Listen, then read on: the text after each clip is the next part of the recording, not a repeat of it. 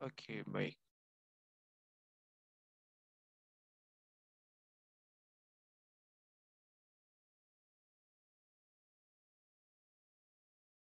Hmm,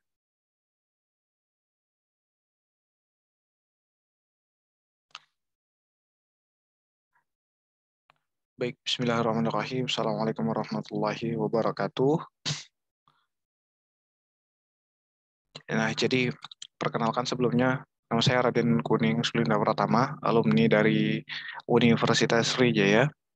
Kali ini izin presentasi terkait dengan proposal penelitian S2 untuk tujuan kampus Columbia University.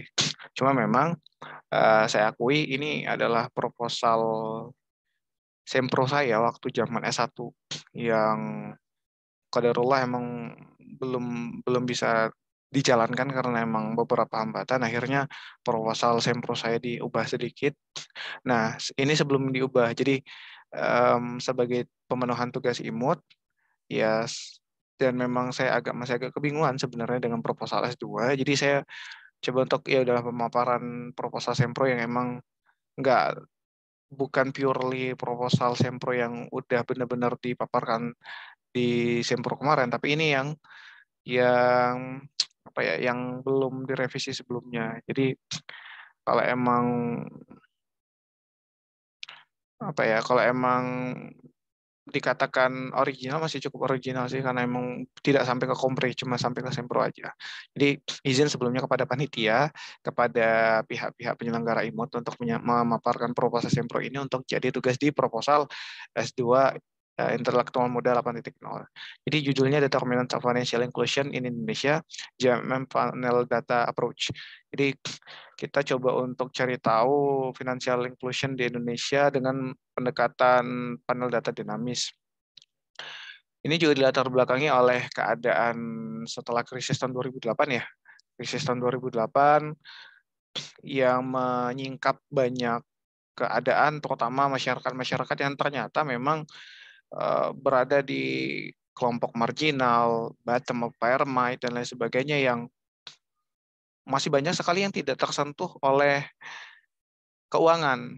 Karena kalau misalkan kita runut lagi, keuangan itu punya fungsi yang cukup krusial dalam financial intermediaries untuk kegiatan-kegiatan seperti penciptaan lapangan kerja dan lain sebagainya, kemudahan transaksi dan lain sebagainya. Namun ini juga didukung oleh The Mergečken dan Clapper yang menunjukkan bahwa sekitar setengah populasi dunia itu unbanked, belum tersentuh bank. 89% orang dewasa yang mempunyai akun data formal pada negara berpendapatan tinggi dan 41%-nya dari negara berkembang. Nah, kemudian kenapa sih mengangkat inklusi keuangan? Kita coba untuk bahas satu persatu latar belakang. Inklusi keuangan di Indonesia dari tahun ke tahun 2013 hingga 2019, karena emang 2020, 2021, 2022 belum muncul sebenarnya. Mungkin ada, tapi mungkin belum bisa diakses secara penuh. Tapi ini menampilkan data 2013 hingga 2016 terjadi peningkatan dari 59,7% hingga 76,9%, dan itu akan terus meningkat dan menunjukkan apa ya, salah satu tren positif. Dan memang pemerintah saat ini tengah fokus untuk konsiliasi untuk peningkatan inklusi keuangan hingga pada angka 90%, terutama pada anak-anak muda. Dan ini data dari inklusi keuangan di Indonesia pada tahun 2019 untuk berbagai provinsi. Untuk secara nasional, rata-rata inklusi keuangan itu ada pada angka 76,19%. Ada sekitar 10 provinsi yang berada di atas nilai rata-rata nasional, tapi juga ada 13 provinsi yang berada di bawah nilai rata-rata nasional. Dan yang paling rendah adalah Papua Barat, 59,84%. Kalau misalkan kita perhatikan, pada inklusi keuangan di tahun 2013, itu sekitar 59,7. Artinya, Papua Barat di tahun 2019, inklusi keuangannya itu adalah sama seperti di tahun 2013. Dan provinsi-provinsi lainnya. Padahal kalau seandainya financial institution di satu wilayah itu berkembang dengan pesat, artinya itu mengindikasikan kegiatan perekonomian di satu wilayah tersebut juga sedang berkembang dan bertumbuh secara pesat. Karena fungsi dari lembaga keuangan kembali dijelaskan bahwa sebagai financial intermediaries, sebagai penyelia dari orang yang memiliki kelebihan uang kepada orang yang membutuhkan uang untuk mungkin modal, mungkin kegiatan transaksi, dan lain sebagainya. Artinya ini menjadi catatan bagi beberapa provinsi yang memang masih sangat rendah, 59, 60-an, bahkan 74% seperti itu. Dan ketika memang kita berbicara tentang inklusi keuangan yang ternyata masih belum merata di setiap provinsi, lantas apa sih yang kemudian kita harus concernkan dari keuangan yang ada di Indonesia? Tentu kalau misalkan kita lihat catatan dari OJK, ini ada salah sih di PPT-nya di judul penerimaan pajak, nggak apa-apa salahnya. Di figur itu terlihat perbankan yang memang masih memiliki ruang besar untuk efek terhadap pembentukan inklusi keuangan di Indonesia terutama.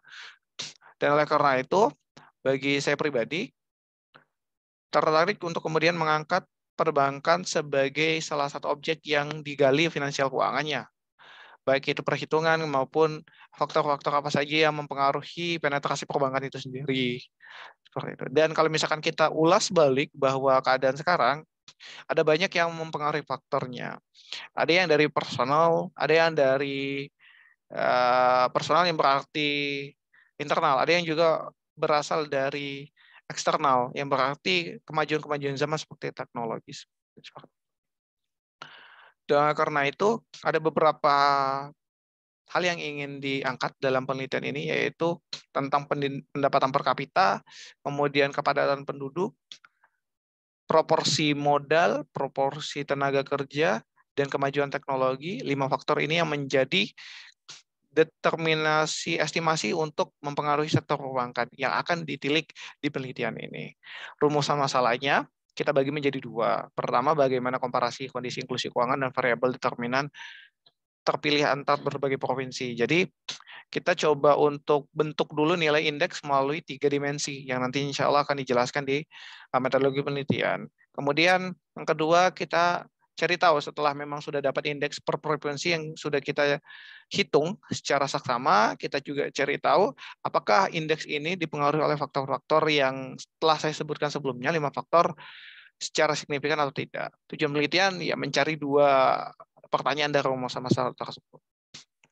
Studi Pustaka Financial Development Theory. Jadi berdasarkan rate pada tahun 2011, dia mengungkapkan bahwa ada 3 kemungkinan dari kegiatan keuangan itu sendiri. 3 kemungkinan itu adalah kemungkinan keuangan terhadap pertumbuhan ekonomi. Jadi yang pertama, keuangan itu yang membentuk pertumbuhan ekonomi, atau yang kedua, pertumbuhan ekonomi yang kemudian membentuk kegiatan aktivitas keuangan. Dan yang ketiga, kedua-duanya mempengaruhi secara bersama-sama, baik itu aktivitas keuangan mempengaruhi pertumbuhan ekonomi mempengaruhi aktivitas keuangan. Namun di sini financial development theory yang dimaksud, yang ingin ditekankan adalah bagaimana peran dari aktivitas keuangan itu dalam menstimulus pertumbuhan ekonomi yang ada di satu negara. Artinya, aktivitas keuangan itu berkaitan erat dengan pertumbuhan ekonomi yang ada di suatu negara. Lanjut ke financial inclusion. Jadi inklusi keuangan. Secara sederhana, inklusi keuangan itu artinya orang melek terhadap penggunaan alat keuangan, atau mungkin akses keuangan, atau mungkin mengenal instrumen-instrumen keuangan itu sendiri. Di financial inclusion atau inklusi keuangan adalah keuangan yang terinklusi atau keuangan yang diketahui, yang dikenal. Kemudian income per kapita. Pendapatan per kapita itu pendapatan rata-rata satu orang di satu wilayah. Jadi apakah semakin tinggi pendapatan akan berpengaruh terhadap inklusi keuangan atau tidak? Kemudian population density kepadatan penduduk. Artinya kalau misalkan padat, Apakah kemudian akan memancing kegiatan atau aktivitas keuangan semakin tinggi ataupun tidak? Atau jangan-jangan justru mengarah ke negatif? Nah, IPTIK, Indeks Pembangunan Teknologi Informasi dan Komunikasi, bukan hanya internet sebenarnya, tapi juga alat-alat komunikasi lain seperti telepon, kemudian televisi, dan lain sebagainya. Artinya, ketika IPTIK itu terbangun dengan baik, apakah itu kemudian mendukung penyebaran informasi atau penyebaran ajang promosi bagi keuangan-keuangan yang ada di Indonesia? Itu juga dipertanyakan di sini. Ada juga dua faktor lain seperti proporsi modal, yang berarti kegiatan industri di satu wilayah, dan proporsi tenaga kerja. Artinya seberapa banyak sih orang yang bekerja di sana, proporsinya dalam mungkin mempengaruhi terhadap penggunaan alat-alat ataupun instrumen keuangan yang ada di wilayah tersebut.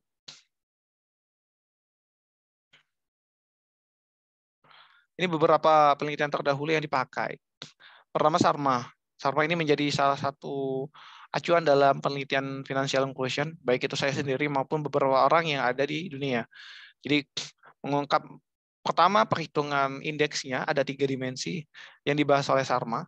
Kemudian mencari tahu faktor-faktor yang mempengaruhi dari indeks itu sendiri dengan melihat berbagai negara yang ada. Jadi cross country analysis.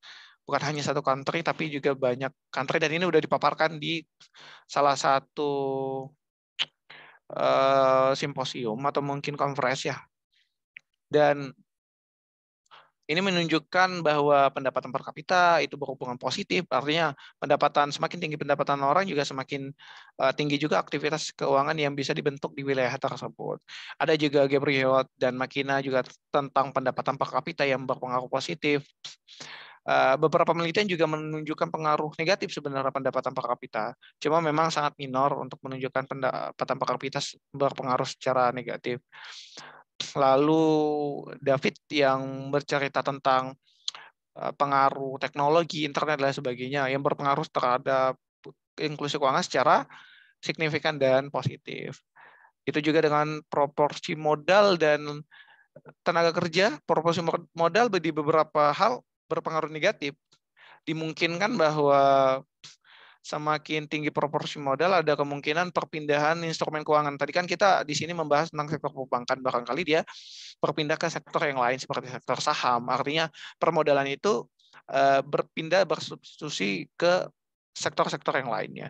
Tapi kalau misalkan proporsi tenaga kerja menunjukkan tren positif, yang berarti bahwa setiap peningkatan tenaga kerja yang ada di satu wilayah itu menumbuhkan awareness terhadap penggunaan instrumen keuangan itu sendiri. Dan terakhir, teknologi secara umum diteliti oleh Avans yang ya teknologi internet, mobile phones itu berpengaruh atau tidaknya di satu wilayah di Nigeria seperti itu.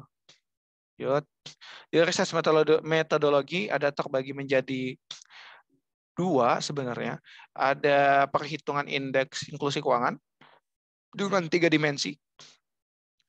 Dimensi accessibility, dimensi availability, ketersediaan, dan dimensi usage, atau dimensi penggunaan. Ini berhubungan dengan instrumen-instrumen keuangan yang menyentuh masyarakat itu sendiri. Nah, indeks ini kemudian dicari untuk diketahui seberapa jauh inklusi keuangan atau seberapa besar indeks inklusi keuangan di satu wilayah. Jadi ini indeks inklusi keuangan ini akan menggambarkan per wilayah nantinya akan penjelasannya. Lalu setelah indeks itu dicari, masuk ke model. Model kedua yaitu model JMM. Model dinamis. Jadi kita menggunakan pendekatan dinamis dengan penentuan leg per leg itu akan mempengaruhi leg selanjutnya. Yang berarti bahwa kegiatan aktivitas keuangan di tahun lalu, faktor-faktor di tahun-tahun lalu itu akan mempengaruhi aktivitas keuangan di tahun-tahun ini. Bukan cuma faktor secara eksternal, tapi juga faktor aktivitas keuangan itu sendiri. Faktor daripada variabel itu sendiri. Jadi itu fungsi dari IMM. Kita melihat secara komprehensif apakah kemudian faktor itu mempengaruhi inklusi keuangan atau tidak, dan juga apakah inklusi keuangan di sebelumnya itu mempengaruhi pembentukan inklusi keuangan di tahun selanjutnya dan membentuk sebuah model. Jadi ini sedikit alur dari penggunaan model GMM, mulai dari input data, estimasi AB GMM, kita menggunakan Arellano Bond. Untuk pertama, apakah lolos atau tidak? Kalau misalkan tidak lolos, kita akan menggunakan metode SIS-GMM, sistem GMM, kemudian analisis data dan kesimpulan. Ini model estimasi GMM yang disampaikan mulai dari pendapatan per kapita, kepadatan penduduk, proporsi tenaga kerja, proporsi modal, IPTIK, dan inklusi keuangan di tahun sebelumnya. Nah, mungkin itu ya yang bisa disampaikan dalam proposal penelitian pada sore hari ini. Maaf jika memang ini belum memenuhi apa yang diharapkan, tapi memang secara standar seharusnya memang proposal penelitian ini sudah masuk ke ranah magister, dan ketika memang terasa berat, akhirnya saya mengurungkan diri untuk menggunakan proposal ini dan menyederhanakan menjadi lebih sederhana untuk proposal skripsi. Yang penting selesai gitu loh waktu skripsi kemarin. Jadi ini proposal yang bisa saya sampaikan. Sekali lagi terima kasih kepada panitia IMUT. Saya tutup. Assalamualaikum warahmatullahi wabarakatuh.